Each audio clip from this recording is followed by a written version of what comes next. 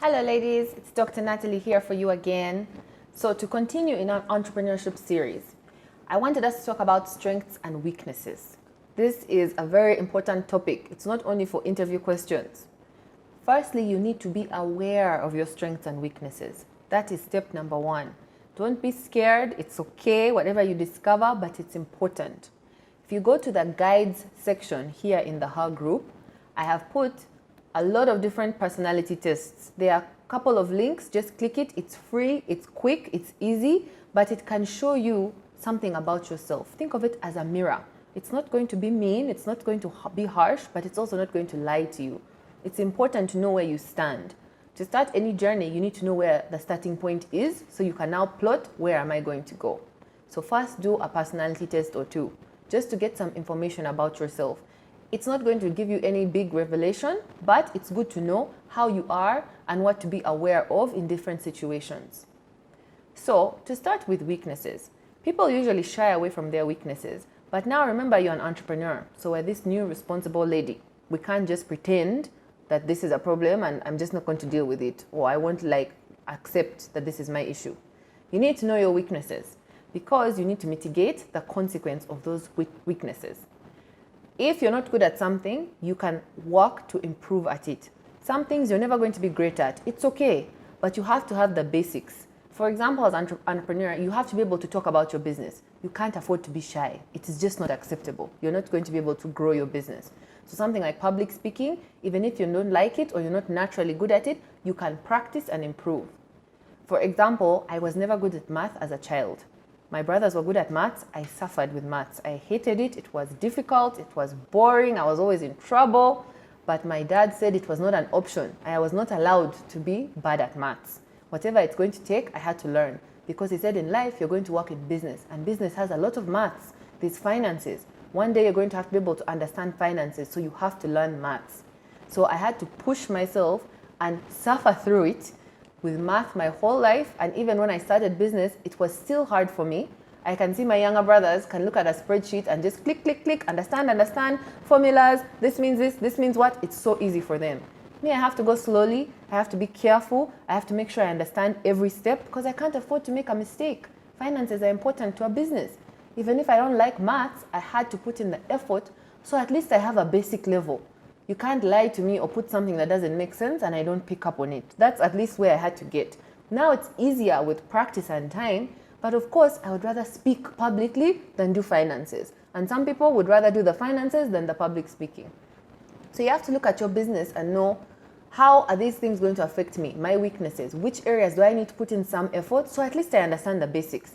Marketing, HR, finances, operations, the legal side. I can't just say, I'm not a lawyer, I don't know those things.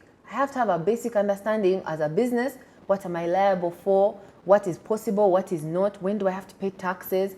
You can't just throw those things away because you're not good at them. They're your weaknesses. It's up to you to put in some effort to understand them, to make sure you're at a basic level, and then that's okay. I can manage. This is what is reasonable. Put in the effort to do it. Just give yourself time and be patient and be kind with yourself. If it was your friend learning this skill that was hard for them, I'm sure you wouldn't be harsh. You'd say at least you're trying, keep going, do a lesson, look for a video, ask a friend, get a coach, see how to learn these things. That's important so that you manage your weaknesses. With strengths, it's a bit easier. Gary Vee actually says, he's a famous entrepreneur, look at the top 3 to 5 things you're good at and double down on them. Just make sure you keep pushing yourself in that area. Because when you're already naturally good at something, you have ability and you have interest. So any type of effort now goes further. It's not the same as something you're struggling with. But it's also important to shine.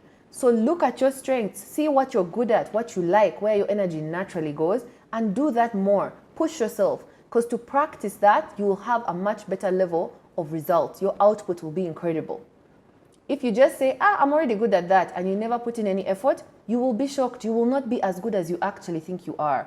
Because also remember, other people are pushing and trying.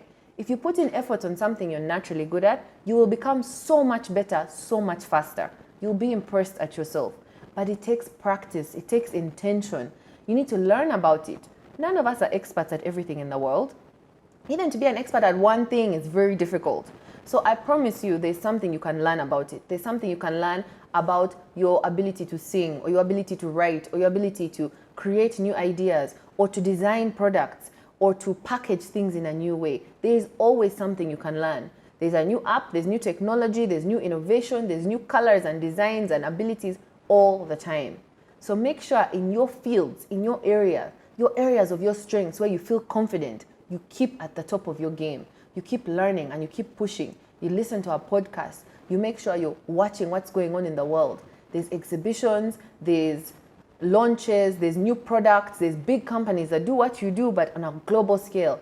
Keep appraised to what they do. Go and look at their website every 2 months.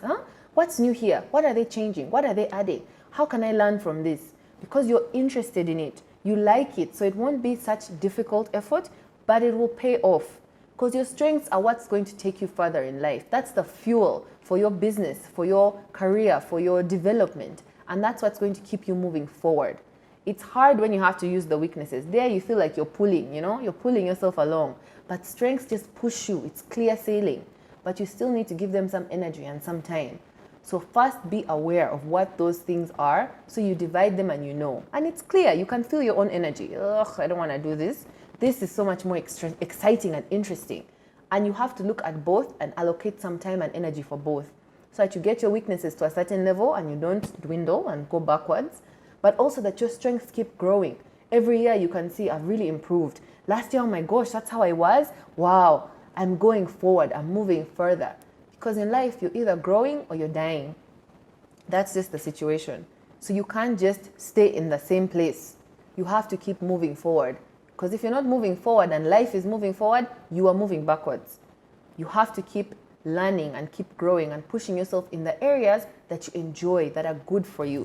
That's what makes it easier, and that's what will take you so far.